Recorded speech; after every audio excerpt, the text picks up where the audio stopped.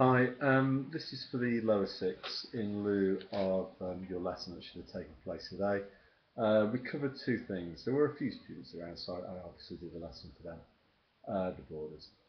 So what things did we talk about? Well, first of all, the concept of macroeconomic equilibrium, so I'll talk briefly about that. The second thing that we spoke about was the causes of unemployment and also what policymakers can do to reduce the level of unemployment.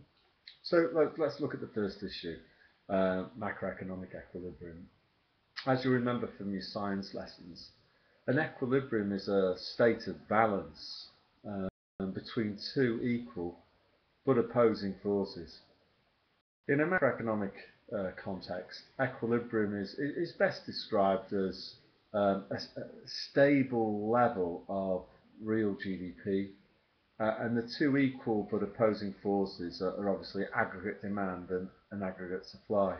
So the economy is in equilibrium when the level of aggregate demand is equal to the level of aggregate supply. Um, for AS level, all you really need to know is the Keynesian view, and Keynesians argue that the economy can come into equilibrium at any level of output and employment, just so long as the level of aggregate demand is stable. For example, you could have an economy that's mired in recession. It's got a very low level of output, unemployment sky high, but the economy could still be in equilibrium. The reason is that the level of aggregate demand is stable, but it's stable at an incredibly low level. As a result, firms won't feel the need to produce high levels of output because the level of demand in the economy is low, and if they were to produce more, this extra output would just be stockpiled, and that would reduce their profits. So basically, the economy can come into equilibrium at any level of real GDP, so long as the level of aggregate demand is stable. If the level of aggregate demand increases, then the equilibrium output level of the economy will change. It'll increase. If aggregate demand rises and firms have got spare capacity, Keynesians assume that they'll respond by producing more goods and services. If firms produce more goods and services, the level of real GDP will rise, and it will carry on rising until the new level of aggregate demand is such that it's buying up all that it's capable of at the average price level. Remember, of course, that firms won't respond to the increase in aggregate demand by raising price until that is they've reached full capacity and they can't respond in any other way.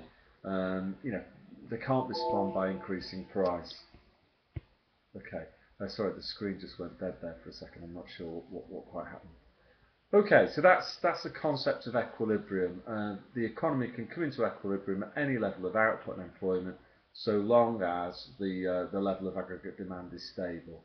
If the level of aggregate demand increases, the economy will move to a new equilibrium output level at a higher level of real GDP than before. Similarly, if the level of aggregate demand falls, firms will realise that they're selling less goods and services.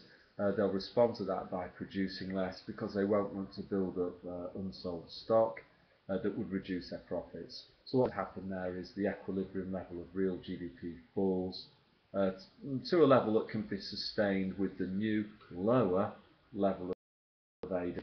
So that's equilibrium in a nutshell. Difficult to explain without diagrams.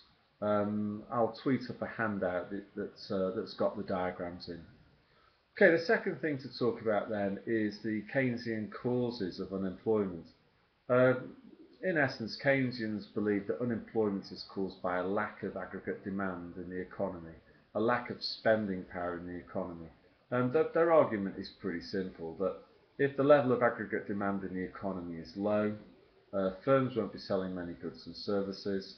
As a result, they won't need to produce many goods and services. If they're not producing many goods and services, they won't need many factors of production, including labour.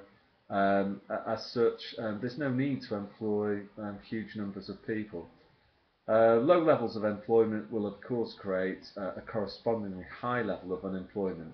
Why? Well, basically unemployment is equal to the workforce minus those in employment. So ceteris paribus, low levels of employment will lead to high levels of unemployment.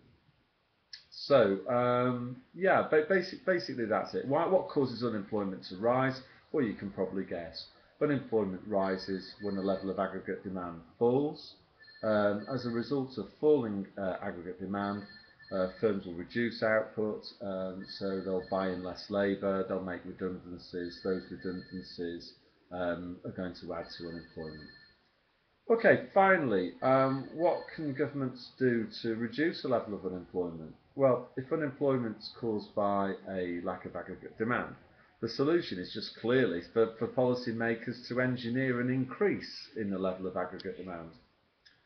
And you can probably guess how they do this. Well, if it's the government, they could run a fiscal deficit, a situation where planned government spending is greater than planned tax income. That's called expansionary fiscal policy or reflationary fiscal policy. The other solution could be that the Bank of England decides to cut interest rates. Lower interest rates will encourage will discourage saving and encourage consumption. Lower interest rates should also make it cheaper for firms to borrow, so investment levels might also rise too. So basically, you just need to chuck more demand into the economy. Firms will respond by producing more, provided that, of course, that they've got spare capacity. And again, I'll tweet up a handout about that. I think that will do for now. If you just read those two handouts, we'll talk about it some more tomorrow. I'll probably go on the internet now and try and write a case study about something that's going on at the moment. We can try and see how much you know by seeing whether you can answer these questions or not. Okay, see you tomorrow. Bye.